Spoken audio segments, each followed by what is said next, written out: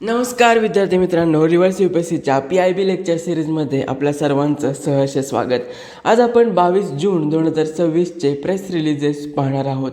आजची जी पहिली press release आहे ती नाफेडच्या संदर्भात आहे. तर कॉन्टेक्स्ट काय आहे? नाफेड ही जी आपल्या भारत सरकारची संस्था आहे, जिचा लॉंग फॉर्म आहे national agricultural cooperative marketing federation of India. या नाफेडने काही डिजिटल प्लॅटफॉर्म्स विकसित केलेले आहेत. त्याचबरोबर त्यांनी काही कल्याणकारी योजना आखलेल्या आहेत. तर हे जे डिजिटल प्लॅटफॉर्म्स आहेत आणि ह्या ज्या कल्याणकारी योजना आहेत नाफेडच्या, त्यांचं उद्घाटन केंद्रीय गृह आणि सहकार मंत्री अमित शहा यांनी नवी दिल्ली येथे केलेलं आहे. हा या न्यूजचा कंटेक्स्ट आहे. तर ही जी न्यूज आहे किंवा हे जे आर्टिकल आहे ते तुम्ही जनरल स्टडीज पेपर 3मधल्या ॲग्रिकल्चरचे जे टॉपिक आहेत त्याच्याशी तुम्ही या आर्टिकलला लिंक करू शकता. तर ॲग्रिकल्चरचे कोणते टॉपिक असे आहेत ज्याच्याशी तुम्ही या आर्टिकलला लिंक करू शकता? पहिला आहे कृषी उत्पादनांची साठवणूक, वाहतूक आणि विपणन. दुसरा आहे शेतकऱ्यांच्या मदतीसाठी ई तंत्रज्ञान. तिसरा आहे बफर साठा आणि अन्न सुरक्षेचे मुद्दे. आणि चौथा आहे सार्वजनिक वितरण प्रणालीची उद्दिष्टे, कार्यपद्धती, मर्यादा आणि पुनर्रचना. तर आता येऊया आपल्या आर्टिकलवरती. सगळ्यात पहिल्यांदा आपण नाफेडबद्दल माहिती घेऊया. नाफेडचा लॉंग फॉर्म जसं की मी तुम्हाला सांगितलं की national agricultural cooperative marketing federation of India असं आहे. आणि याची स्थापना जी झालेली आहे ती 2 ऑक्टोबर 1958ला झालेली आहे. आता याचं उद्दिष्ट काय आहे? आपलं जे कृषी उत्पादन असणार आहे त्याच्या सहकारी खरेदी विक्रीला चालना देणं हे या नाफेडचं उद्दिष्ट आहे. म्हणजेच काय, हा जो शेतकऱ्यांचं कृषी उत्पन्न असणार आहे ते जेव्हा सहकारी संस्थांच्या माध्यमातून किंवा जे इन्स्टिट्यूशनल बायर्स असणार आहेत त्यांच्या माध्यमातून ज्यावेळेस या कृषी मालाची खरेदी विक्री होणार आहे त्यावेळेस त्या कृषी मालाला चांगला भाव मिळणार आहे. कारण एक बल्कमध्ये आपण या कृषी उत्पादनाची खरेदी आणि विक्री करणार आहोत. त्यामुळे अशा खरेदी विक्रीला चालना देण्याचं काम हे या नाफेडद्वारे केलं जातं. त्याचबरोबर नाफेड आणखी एक काम करतं ते म्हणजे मार्केटमध्ये जेव्हा अन्नधान्याच्या किमती खूप जास्त घसरतात त्यावेळेस प्राईस स्टॅबिलायझेशनसाठी किंवा किमतीच्या स्थिरीकरणासाठी केंद्र सरकारच्या आदेशानुसार नाफेड काय करतं तर नाफेड बाजारामध्ये हस्तक्षेप करून शेतकऱ्यांकडून हमीभावाने अन्नधान्याची खरेदी करतं. आणि त्यामुळे काय होतं की अन्नधान्याचे जे घसरलेले किमती आहेत त्यांचं स्थिरीकरण होतं किंवा त्यांचं स्टॅबिलायझेशन होतं. त्यामुळे एक प्रकारे प्राईसचं स्टॅबिलायझेशन करण्याचं कामसुद्धा नाफेडद्वारे केलं जातं. त्यानंतर तिसरं जे काम नाफेड करतं ते म्हणजे आयात, निर्यात आणि साठवणूक. म्हणजे कृषी फलोत्पादन आणि वन उत्पादनांची देशविदेशात आयात आणि निर्यात करण्याचं काम नाफेडद्वारे केलं जातं. त्याचबरोबर शेतमालाची साठवणूक आणि त्यांच्यावर प्रोसेसिंग किंवा प्रक्रिया करण्याचं काम देखील नाफेडद्वारे केलं जातं. आता ही जी नाफेड आहे ती मल्टी स्टेट कोऑपरेटिव्ह सोसायटीज ॲक्टच्या अंतर्गत नोंदणीकृत आहे. आणि हिचं जे मुख्य कार्यालय आहे ते नवी दिल्ली येथे आहे. आणि आपल्या देशामध्ये तिचे 4 प्रादेशिक कार्यालयेसुद्धा आहेत. आता येऊया आपण नाफेडद्वारे जे डिजिटल प्लॅटफॉर्म्स विकसित केलेले आहेत त्याच्यावरती. पहिला जो प्लॅटफॉर्म नाफेडने विकसित केलेला आहे त्याचं नाव आहे NAFEX.in. आता NAFEX.in काय असणार आहे तर कृषी उत्पादनांच्या लिलावासाठी तयार केलेली हे एक विशेष ऑनलाईन पोर्टल असणार आहे. म्हणजेच या NAFEX.in वरती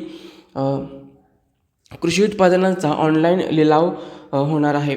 यापूर्वी काय व्हायचं तर नाफेडला ऑनलाईन लिलावासाठी काही खाजगी प्लॅटफॉर्मवर अवलंबून राहावं लागायचं. पण आता NAFEX.in मुळे नाफेडकडे स्वतःचा ऑनलाईन लिलावासाठीचा प्लॅटफॉर्म असणार आहे.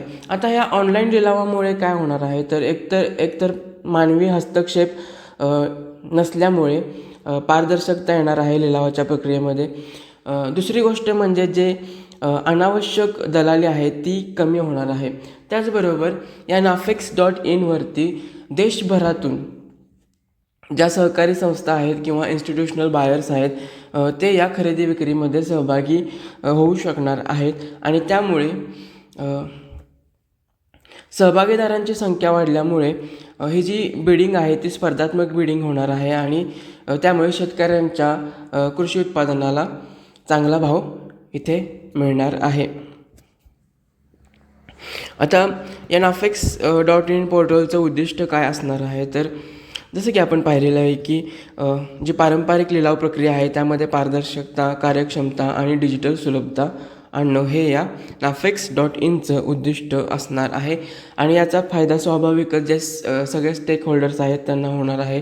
म्हणजे शेतकरी, सहकारी संस्था आणि संस्थात्मक खरेदीदार हे जे नाफेडचे स्टेक होल्डर्स आहेत यांना या NAFEX.inचा फायदा मिळणार आहे. त्यानंतर आता दुसरं जे पोर्टल नाफेडने विकसित केलेलं आहे त्याचं नाव आहे दृष्टी. आणि दृष्टी काय असणार आहे, तर दृष्टी एक इन्व्हेंटरी मॅनेजमेंट पोर्टल असणार आहे. म्हणजेच याद्वारे काय होणार आहे, तर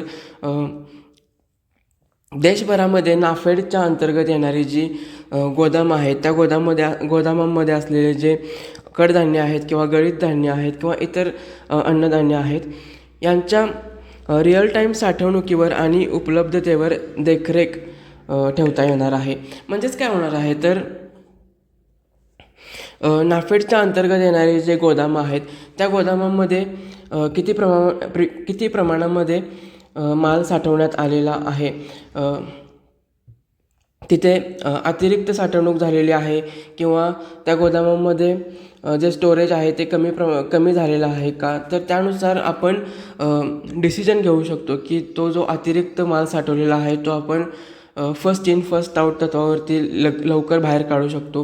किंवा जर साठवणूक कमी झालेली असेल तर आपण त्याच्यासाठी प्रोक्युअरमेंटच्या डिसिजन घेऊ शकतो. तर अशा प्रकारे या दृष्टी प्लॅटफॉर्ममुळे काय होणार आहे, तर हे जे गोदाम असणार आहेत नाफेडची त्याची आपण रिअल टाईम ट्रॅकिंग करू शकणार आहे. त्याचबरोबर स्टोरेजसाठी आणि वितरणासाठीचे जे डिसिजन असणार आहेत ते आपण कार्यक्षमपणे त्याचे डिसिजन घेऊ शकणार आहेत. त्याचबरोबर या गोदामांमध्ये मानवीकृत नोंदणी ज्या असणार आहेत त्याच्यामध्ये होणाऱ्या ज्या त्रुटी आहेत त्या 99% कमी होणार आहेत या दृष्टी या इन्व्हेंटरी मॅनेजमेंट पोर्टलमुळे. आता याद्वारे काय होणार आहे, तर पुरवठा साखळी कार्यक्षम होणार आहे. म्हणजे आपल्याकडे सर्व नाफेडचे जे सर्व गोदाम आहेत त्यांचा रिअल टाईम डेटा आपल्याकडे असणार आहे. आणि ज्यावेळेस एखाद्या भागामध्ये अन्नधान्याच्या किमती खूप जास्त वाढल्या असतील तर अशा ठिकाणी आपण जवळच्या नाफेडच्या गोदामांमधून त्या ठिकाणी अन्नधान्य पुरवठा करू शकतो, जेणेकरून तिथल्या किमती स्थिर होतील. त्याचबरोबर किंमत स्थिरीकरण जे आता आपण पाहिलेलंच आहे आणि बफर स्टॉकच्या व्यवस्थापनाला गती मिळणार आहे. म्हणजे त्या गोदामांमध्ये आपण अतिरिक्त साठा करून ठेवलेला आहे का, साठ्याची कमतरता झालेली आहे ते आपल्याला रिअल टाईम समजणार आहे आणि त्यामुळे आपण डिसिजन घेऊ शकतो. प्रोक्युअरमेंटचे किंवा वितरणाचे डिसिजन्स आपण या दृष्टी रिअल टाईम इन्व्हेंटरी मॅनेजमेंट पोर्टलच्याद्वारे घेऊ शकतो. तर एकंदरीतच नाफेडच्या अंतर्गत येणाऱ्या जे गोदाम आहेत त्यांच्या व्यवस्थापनासाठी आपण हे दृष्टी पोर्टल सुरू केलेलं आहे. त्यानंतर नेक्स्ट जे पोर्टल सुरू केलेलं आहे त्याचं नाव आहे ERP पोर्टल. ERP म्हणजे काय, तर एंटरप्राइज रिसोर्स प्लॅनिंग. हे कशासाठी सुरू केलेलं आहे, तर नाफेडचं जे अंतर्गत कॉर्पोरेट गव्हर्नन्स आहे त्याच्या आधुनिकीकरणासाठी आणि डिजिटायझेशनसाठी हे ERP पोर्टल सुरू केलेलं आहे. तर याद्वारे काय होणार आहे, तर नाफेडच्या अंतर्गत येणारं जे ह्युमन रिसोर्सेस असणार आहेत किंवा जे फायनान्शियल रिसोर्सेस असणार आहे त्याचं इंटिग्रेटेड किंवा सेंट्रलाइज्ड प्लॅनिंग या ERP पोर्टलद्वारे होऊ शकणार आहे. त्यानंतर एक नेक्स्ट जी स्कीम आहे ती सुरू करण्यात आलेली आहे नाफेडद्वारे, जिचं नाव आहे नाफेड कल्याण. तर याद्वारे काय होणार आहे, जे शेतकरी आहेत त्यांच्या मुलांना उच्च आणि दर्जेदार शिक्षण घेता यावं यासाठी नाफेड कल्याण योजनेद्वारे आर्थिक मदत आणि शिष्यवृत्तीचे धनादेश वितरित केले जाणार आहेत आणि नाफेडचा जो प्रॉफिट आहे त्याचा 1% हिस्सा या आर्थिक मदत आणि शिष्यवृत्तीवरती इथून पुढे खर्च केला जाणार आहे. त्यानंतर आता ही जी माहिती आपण पाहिलेली आहे ती तुम्ही आन्सर रायटिंगमध्ये कशाप्रकारे यूज करू शकता. तर बफर स्टॉक आणि अन्न सुरक्षेचे मुद्दे किंवा कृषी उत्पादनांची साठवणूक, वाहतूक आणि विपणन याच्या संदर्भात जर एखादा क्वेश्चन तुमच्या मेन्समध्ये विचारण्यात आला तर तुम्ही आपलं हे जे दृष्टी इन्व्हेंटरी मॅनेजमेंट पोर्टल जे आहे त्याचा मेन्शन करू शकता. त्याचबरोबर शेतकऱ्यांच्या मदतीसाठी तंत्रज्ञान याच्याशी संदर्भात जर एखादा प्रश्न आला तर नाफेडचे हे जे डिजिटल प्लॅटफॉर्म्स आपण पाहिलेले आहेत म्हणजेच nafex.in, दृष्टी हे जे प्लॅटफॉर्म्स आपण पाहिलेले आहेत यांचा तुम्ही तुमच्या आन्सर्समध्ये मेन्शन करू शकता.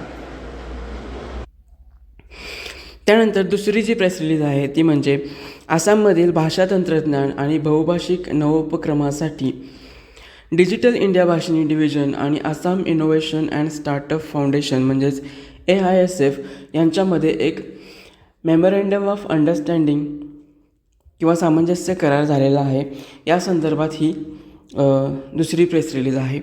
तर कॉन्टेक्स्ट काय आहे, आपली जी डिजिटल इंडिया भाषिणी डिव्हिजन आहे आणि आसामचं जे Assam innovation and startup foundation आहे यांच्यामध्ये एक मेमोरँडम ऑफ अंडरस्टँडिंग झालेला आहे आणि तो कशासाठी झालेला आहे तर आसाममध्ये भाषिक सर्वसमावेशकता आणि कृत्रिम बुद्धिमत्ता आणि स्टार्टअपच्या परिसंस्थेला चालना देण्यासाठी हा मेमोरँडम ऑफ अंडरस्टँडिंग साईन करण्यात आलेला आहे. मग आता मेमोरँडम ऑफ अंडरस्टँडिंग काय आहे, हे डिजिटल इंडिया भाषिणी डिव्हिजन नक्की काय आहे आणि याद्वारे भाषिक सर्वसमावेशकता कशाप्रकारे येणार आहे किंवा भाषिक इन्क्लुजन, लँग्वेज इन्क्लुजन कशाप्रकारे होणार आहे ते आपण या प्रेस रिलीजमध्ये पाहणार आहोत. सगळ्यात महत्त्वाचं या ठिकाणी हे आहे ते म्हणजे digital India Bhashini division. Digital India Bhashini division काय आहे तर आपल्या मिनिस्ट्री ऑफ इन्फॉर्मेशन अँड टेक्नॉलॉजीच्या अंतर्गत जे डिजिटल इंडिया कॉर्पोरेशन आहे त्याचा एक भाग आहे डिजिटल इंडिया भाषिणी डिव्हिजन. आणि हा डिजिटल इंडिया भाषिणी डिव्हिजन काय करणार आहे तर कृत्रिम बुद्धिमत्तेवर आधारित भाषिक डिजिटल सर्वसमावेशकतेसाठीचा त्याचबरोबर भाषा ज्ञानासाठीच्या भारताचा एक राष्ट्रीय उपक्रम आहे डिजिटल इंडिया भाषिणी डिव्हिजन. आता मी तुम्हाला थोडक्यात सांगतो की हे काय आहे. तर आपल्या इंडियन गव्हर्नमेंटचा किंवा स्टेट गव्हर्नमेंटचा सुद्धा जो डेटा आहे तो ऑफिशियल लँग्वेजेसमध्ये असतो. मोस्टली आपल्या सेंट्रल गव्हर्नमेंटचा इंग्लिश आणि हिंदीमध्ये आणि राज्य सरकारांचा जो आहे तो त्यांच्या प्रादेशिक भाषांमध्ये असतो. पण आपल्या देशामध्ये खूप सारे स्थानिक भाषा बोलणारे लोक आहेत, काही ट्रायबल भाषा बोलणारे लोक आहेत. तर अशा लोकांपर्यंत हा जो ऑफिशियल लँग्वेजमधला जो गव्हर्नमेंटचा डेटा आहे तो पोहोचत नाही.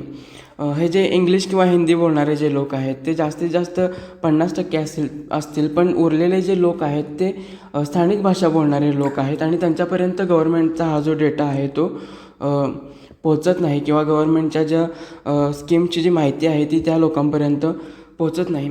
तर हा जो लँग्वेज डिवाईड आहे, हा जो लँग्वेज बॅरियर आहे, भाषिक जी अडचण आहे ते दूर करण्याचं काम हे डिजिटल इंडिया भाषिणी डिव्हिजनद्वारे केलं जाणार आहे. तर ते कशाप्रकारे केलं जाणार आहे, डिजिटल इंडिया भाषिणी डिव्हिजनच्या अंतर्गत भाषिणी म्हणून एक प्लॅटफॉर्म असणार आहे.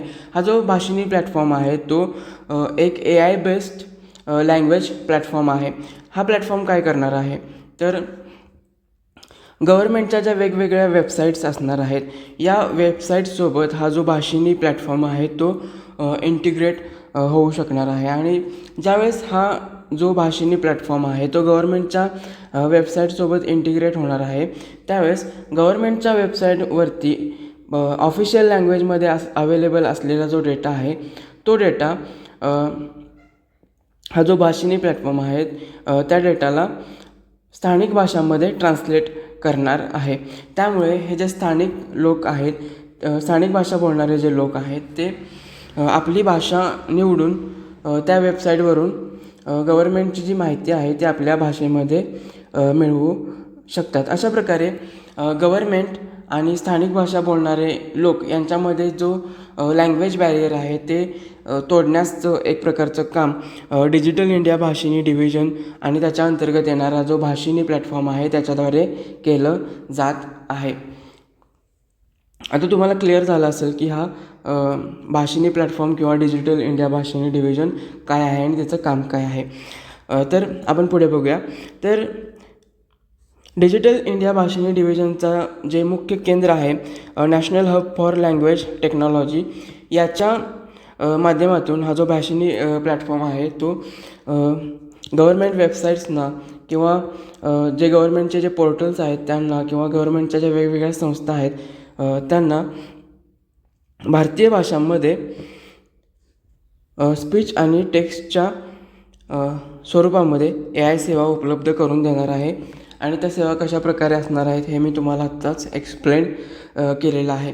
तर हा जो भाषिणी प्लॅटफॉर्म आहे तो सध्या 800हून अधिक सरकारी संकेतस्थळांना किंवा वेबसाईट्सना जोडला गेलेला आहे आणि या वेबसाईट्सना तो आता स्थानिक भाषांमध्ये ट्रान्सलेट करून लोकांपर्यंत माहिती पोचवत आहे.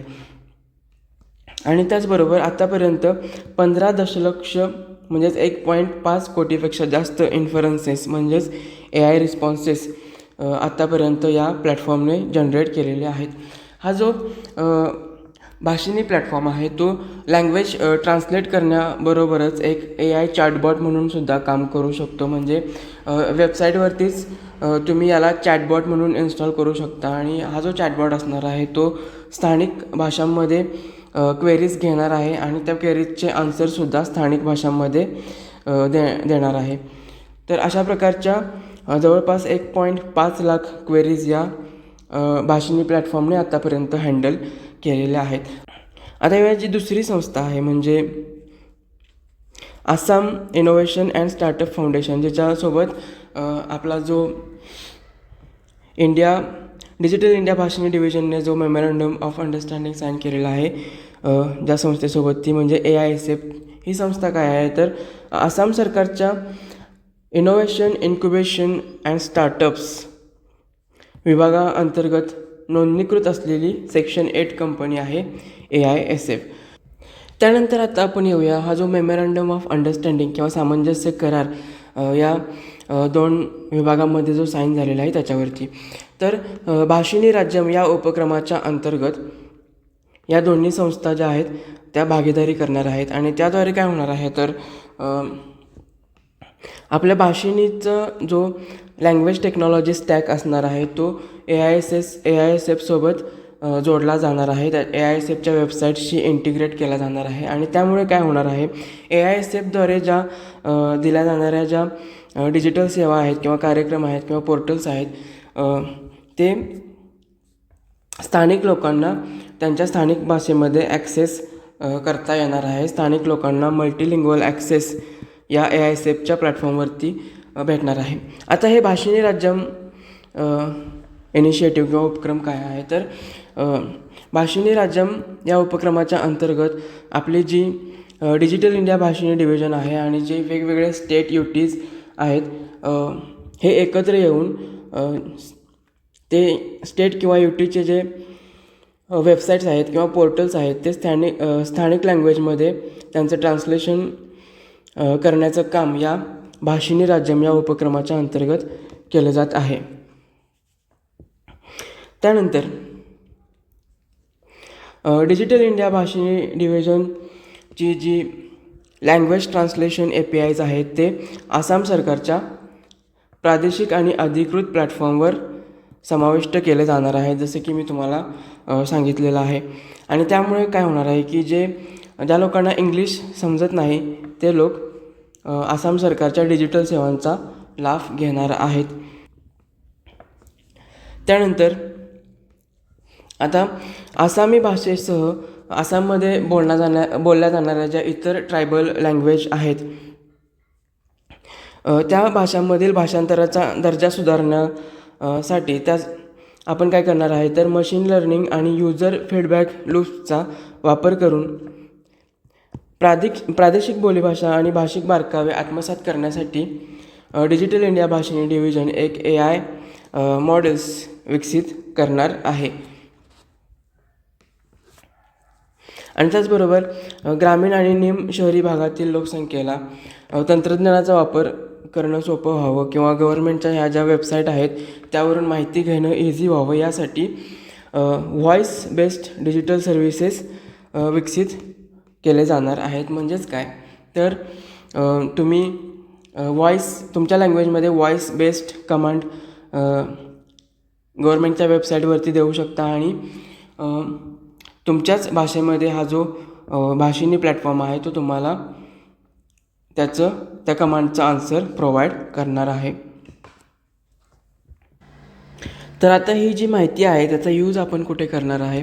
जनरल स्टडीज पेपर 2मध्ये गव्हर्नन्सवरती जर एखादा क्वेश्चन विचारण्यात आला तर त्यामध्ये रिलेव्हंट ठिकाणी तुम्ही डिजिटल इंडिया भाषिणी डिव्हिजन आणि ती कशाप्रकारे सरकार आणि स्थानिक भाषा बोलणारे लोक यांच्यामध्ये असलेली जी भाषिक दरी आहे ती कशाप्रकारे कमी करण्याचा प्रयत्न करत आहे आणि त्याचबरोबर हा जो भाषिणी राज्यम हा जो उपक्रम आहे यांचा मेन्शन रिलेव्हंट ठिकाणी करू शकतात ज्यावेळेस तुम्हाला गव्हर्नन्सवरती क्वेश्चन विचारला जाईल GS2मध्ये. त्यानंतर तिसरी जी प्रेस रिलीज आहे ती म्हणजे अवयवदानाच्या संकल्पात आपल्या भारत सरकारने एक ऐतिहासिक टप्पा पूर्ण केलेला आहे त्या संदर्भात. कॉन्टेक्स्ट काय आहे, आपल्या भारताने 5 लाखाहून अधिक अधिकृत अवयवदान संकल्पाची म्हणजेच ऑर्गन डोनेशन प्लेजची नोंदणी पूर्ण करून एक ऐतिहासिक टप्पा गाठलेला आहे. आणि आपल्या देशातील जे ऐच्छिक टिश्यू आणि ऑर्गन डोनेशनच्या नोंदणीची जी प्रणाली आहे त्याच्या विस्ताराचं हे एक निदर्शक आहे किंवा द्योतक आहे. जनरल स्टडीज पेपर 2मधला आरोग्य क्षेत्राशी संबंधित सामाजिक सेवांचे व्यवस्थापन हा जो टॉपिक आहे त्याच्याशी तुम्ही या आर्टिकलला लिंक करू शकता. तर न्यूज काय आहे तर हे जे अवयवदान संकल्पांची नोंदणी करणे, नोंदणी केलेले अवयव मिळवणे आणि त्याचे वितरण करणे हे सर्व जे काम आहे ते आपल्या भारत सरकारचे national organ and tissue transplant organisation ही जी संस्था आहे ते पाहते. आणि त्याचबरोबर अवयवांचा बेकायदेशीर व्यापार रोखण्यासाठी कठोर नैतिक मानके स्थापित करणे, त्याचबरोबर ऑर्गन ट्रान्सप्लांटसाठी आवश्यक असणारी जी इन्स्टिट्यूशनल आणि इन्फ्रास्ट्रक्चरल कपॅसिटी आहे ती डेव्हलप करणे आणि त्याचबरोबर गरजू रुग्णांना न्याय्य आणि पारदर्शक पद्धतीनं हे जे ऑर्गन्स आहेत ते वितरित करण्याचं कामसुद्धा या national organ and tissue transplant ऑर्गनायझेशनद्वारा पाहिलं जातं. आता या national organ and tissue transplant ही जी ऑर्गनायझेशन आहे हिने आधारित अवयवदान संकल्प नोंदणी पोर्टल सुरू केलेला आहे. त्याचा ॲड्रेस आहे noto.abdm.gov.in आणि या आधारित नोंदणी पोर्टलमुळं काय झालेलं आहे तर ही जी आपली ऑर्गन डोनेशन प्लेजची जी मोहीम आहे तिला गती मिळालेली आहे. आधारित नोंदणीमुळे पूर्वीची जी क्लिष्ट प्रक्रिया होती ती आता सुलभ झालेली आहे. पूर्वी ऑर्गन डोनेशनसाठी तुम्हाला खूप साऱ्या पेपरवर्क करावं लागायचं, खूप साऱ्या प्रोसिजरमधून जावं लागायचं. पण आता आधारित ही जी नोंदणी प्रक्रिया आहे त्यामुळे ही जी पूर्वीची क्लिष्ट प्रक्रिया आहे ती आता अत्यंत सुलभ झालेली आहे. आता ही जी माहिती आहे ती तुम्ही कशामध्ये यूज करू शकता तर जनरल स्टडीज पेपर 2मध्ये हेल्थशी रिलेटेड जर एखादा क्वेश्चन आला त्यामध्ये आपल्या गव्हर्नमेंटच्या अचिव्हमेंट्स लिहिताना तुम्ही हा पॉईंट मेन्शन करू शकता जिथे आपण ऑर्गन डोनेशन प्लेजमध्ये 5 लाखांपेक्षा जास्त ऑर्गन डोनेशन प्लेजची नोंदणीचा टप्पा आपण गाठलेला आहे. व्हिडिओ शेवटपर्यंत ऐकल्याबद्दल खूप खूप धन्यवाद. लेक्चरच्या PDF ची लिंक तुम्हाला कॉमेंट सेक्शनमध्ये भेटून जाईल आणि तुम्हाला माझे एफर्ट्स आवडत असतील तर व्हिडिओला लाईक नक्की करा आणि व्हिडिओखाली एखादी कमेंट किंवा तुमचा फीडबॅक नक्की सोडून जा.